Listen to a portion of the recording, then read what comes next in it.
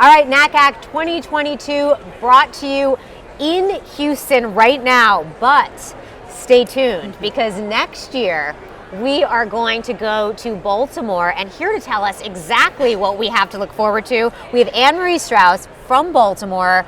We're excited to be here in Houston. Lots of love for Houston, but absolutely, love it. Tell us what we have in store for next year. Sure, absolutely. Well, welcome to Baltimore, hon, and that's how we say it. Tell me about that. I had no idea. Yes, well, if you're from Baltimore, you don't say Baltimore, you say Balmore. Balmore. And there's a thing so in no Baltimore. T. No T. Okay. Balmore. Right. So there's a thing in Baltimore called the Balmore Huns. And there's in Hamden, which is an iconic neighborhood in Baltimore, there's Cafe Hun. And so the Huns in Baltimore are from like the 1950s, and it's the women who wore their hair in beehive hairdos with the cat's eye glasses, and they have very thick Baltimore accents, and they all say, Baltimore Hun, welcome to Baltimore Hun, oh hi Hun, hi Hun. I love everything about that. Yes, so when you come to Baltimore, everyone will call you Han. So if we say that, people are going to think we're locals. Totally. You'll fit right in. Love it. You'll fit right in. You must say that in Baltimore. Please. So if someone is on the cusp of like, I don't know if this is the conference I want to go to. Sell me on Baltimore. Oh my goodness, absolutely. On Baltimore? Yes. I'll sell you on Baltimore. First of all, we are the midway on the East Coast, right? So like if you are in Florida, if you're in Maine, Chicago, wherever, we are the middle of the East Coast, so it's very easy to access Baltimore. We are on the beautiful Chesapeake Bay, so we are waterfront location. Nice. The convention center in Baltimore is on the bayfront, so you can look out onto the Chesapeake Bay. We're 3 hours from the ocean, from Ocean City, Maryland, or from the Rehoboth Beach if you want to go to Delaware. You must come to Baltimore. When you come to Baltimore, you must eat a jumbo lump crab cake. I want to take notes on all these things. Jumbo lump crab cake. Okay. Jumbo lump crab cake. Okay. And once you eat a jumbo lump crab cake in Baltimore or in Maryland, you will never eat a crab cake anywhere else in the country, because I've eaten crab cakes in bougie places like Newport, Rhode Island, and Miami Beach, and really fabulous places. It does not compare to a jumbo lump crab cake. They're blue crabs. They're Maryland blue crabs, and it's one of the staples of the water in the Chesapeake Bay, and it's just been a local favorite forever. And a jumbo lump crab cake in Baltimore looks like a scoop of vanilla ice cream. That's how it's served. It's served as a scoop, and it literally looks like vanilla ice cream because it is all crab meat. There's no filler. That is a big sale. I'm telling you. Yes. I mean, you may have sold me just based on that. Yes. And then we, of course, have the convention. Of course, we have the convention, so we're super excited to welcome everyone to Baltimore for next year. We have our local arrangements committee co-chairs, Jane Kaplan-Fonash and Lisa Hill are the co-chairs of our local arrangements committee. We are staffing up for our subcommittees, and we're very excited. Baltimore's home of the Baltimore Ravens, of course, Camden Yards, which is an iconic, one of the best baseball stadiums in the country. We are home to the National Aquarium, which is right down the street from the convention center. And we're about 38 miles from Arlington, Virginia, which is the NACAC headquarters. So we're very close to where it all happens. I mean, that was a good sale. That's a lot going on. And I love that you've already started preparing, even though we are still at this convention this year, and you already have things in motion looking ahead to next year's convention. Absolutely, yes. We're starting to plan. We have so many. The Houston LAC has done such a fabulous job here, and we are just picking up their tips and what's been happening here in Houston with all the advocacy efforts. And I know Angel Perez and his team are planning to continue those efforts in Baltimore. So we'll be meeting with the mayor of Baltimore, the superintendent of the Baltimore City Public School System. So there will definitely be advocacy and outreach in Baltimore, which we're really excited about. I just stopped by the PCA-CAC table out in the hallway, which is welcoming people to the conference next year. And I was given a flyer that the Houston LAC put together with Black-owned businesses, LGBTQ plus friendly establishments. So we will, of course, take a tip from the Houston LAC and do the same in Baltimore. Oh, I love all of that. That's such a good outline moving ahead and looking forward to next year.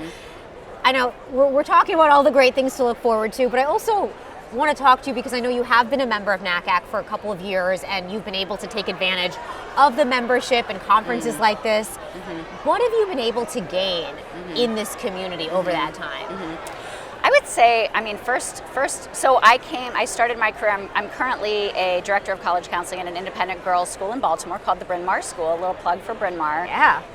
But I came to this position through the ranks of the public school counseling. I was a public school counselor for 8 years, and in my role as a public school counselor, I started in Pennsylvania and then moved down to Maryland. And part of the job of a public school counselor is college advising and college counseling. And public school counselors in America do so many other things and wear so many other hats, but college advising is one of them. And that was one of the pieces that I really loved when I was a public school counselor. And so I was able, actually NACAC and NACAC members were able to advocate for me to my principal of my high school to get me to my first NACAC in Pittsburgh in 2000 and maybe 6. I feel like it was my first, and actually it was a NACAC member who was another public school counselor wrote to my principal because we were not allowed out of our building. We didn't have funding to come to national conferences, so he wrote on behalf of me and the staff at my high school and advocated and told the principal how important it was for public school counselors to come to NACAC and to be members of NACAC. And so that's how I got to my first conference, because he advocated for me to come, and my principal saw that, didn't realize what benefit it was for their counselors to go. So that's how I started. That's amazing. That's amazing that the entire organization was able to reach out to people and say, you need to be here, and because there's just so much to gain.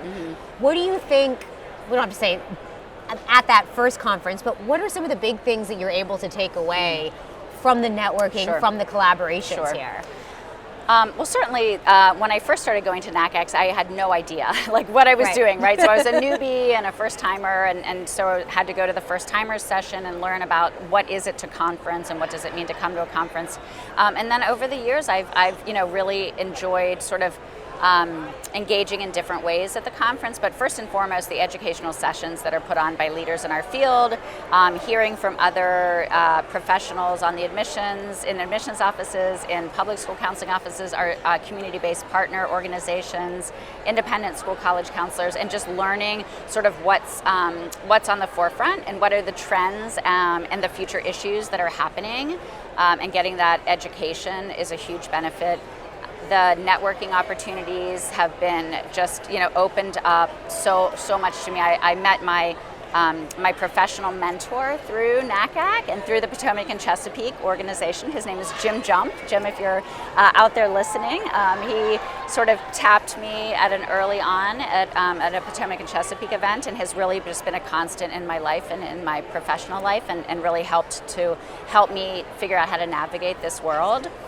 I think the exhibit hall is something that I've recently, maybe in the past 5 years, have understood a little bit more about why this is important, and to come to the exhibit hall and to talk to exhibitors and find out about the latest technology that's out there, the latest products that are being offered to help us in the work that we do. So many amazing opportunities. I am actually a graduate of Allegheny College in Meadville, Pennsylvania, and I just came from it was their 8th annual NACAC Allegheny College Luncheon. There were about 10 of us there today, and we get together every NACAC conference. So it's a bunch of people, about 10 of us that work in college admissions, either in the high school side or on the college admissions office. And NACAC brings us together every year. So it's like a mini college reunion for me as well. That's amazing. There are so many different ways to take advantage of all the things that NACAC has to offer, and just connecting people. That really seems to be a theme throughout the week, is people are reconnecting and like, oh, it's like family and seeing people again, and it's infectious. I feel like everyone has a high energy and is happy to be here. I think there is a joyfulness. There's a joyfulness always, but I think particularly here this year, there's a joyfulness in Houston because evolving away from the pandemic, we are all feeling just so grateful to be together again and to be able to have it be somewhat normal, right? We were in Seattle last year, and that was really kind of on the cusp still of the, of really being in the pandemic. And while I think everyone was excited to be there and joyful, there was still a lot of hesitancy around public health. And I feel like here, this is actually the year that we're emerging from it. As I look around and we are hugging one another and being together, finally, and not being scared for our lives. So it's wonderful. It's great that NACAC can bring us together and do this to kick off our years, really, right? So this is the beginning of all of our academic years and of our cycles, and it's just fun to be here and to have this sort of high before you go back in and do the work. And I've heard from people saying that they needed this. Maybe last year they didn't feel comfortable, or there weren't a lot of people and there was still masking, but this year, like you said, people are more comfortable and happy, and it's like a step back to normalcy. So yeah, oh, absolutely, it's exciting. It is fun. It's just fun. It's fun to reconnect and have those conversations and pick up from where we were 3 years ago. And to get ideas for next year. Definitely. Balmore Hun. Come to Balmore. Next year. Come to Balmore. All right. Absolutely. Stay tuned. We'll be back. Not in Houston. Baltimore. Next year. Thank you. Thank you so much. This was so fun. Thank you for having me. This was a pleasure. awesome.